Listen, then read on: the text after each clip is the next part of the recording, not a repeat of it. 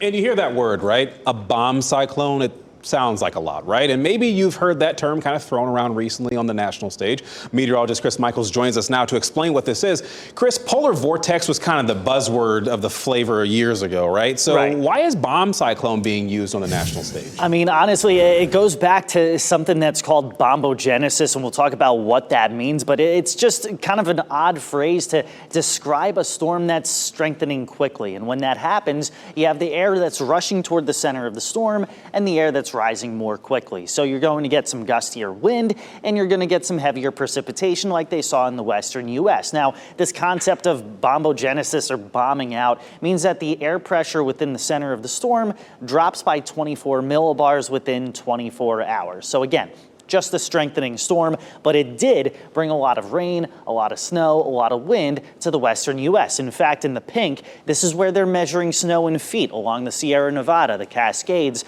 and parts of the Rockies. So yeah, it's a strong storm. Can it happen here? Absolutely, right? If you get a cold air mass coming in from Canada and you get that meeting up with the warmer ocean waters, temperature difference creates instability, and more oftentimes than not, that's when you start to see your nor'easters. So a lot of times around here, that's when we see some gustier wind.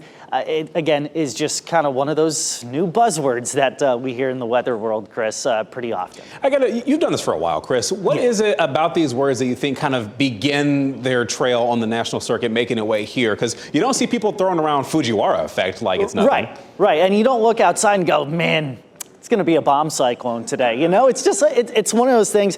And I think it causes a little bit of confusion because cyclone, for a lot of us, we think of that, oh, it only happens in the Pacific. A cyclone's actually a technical term for a storm.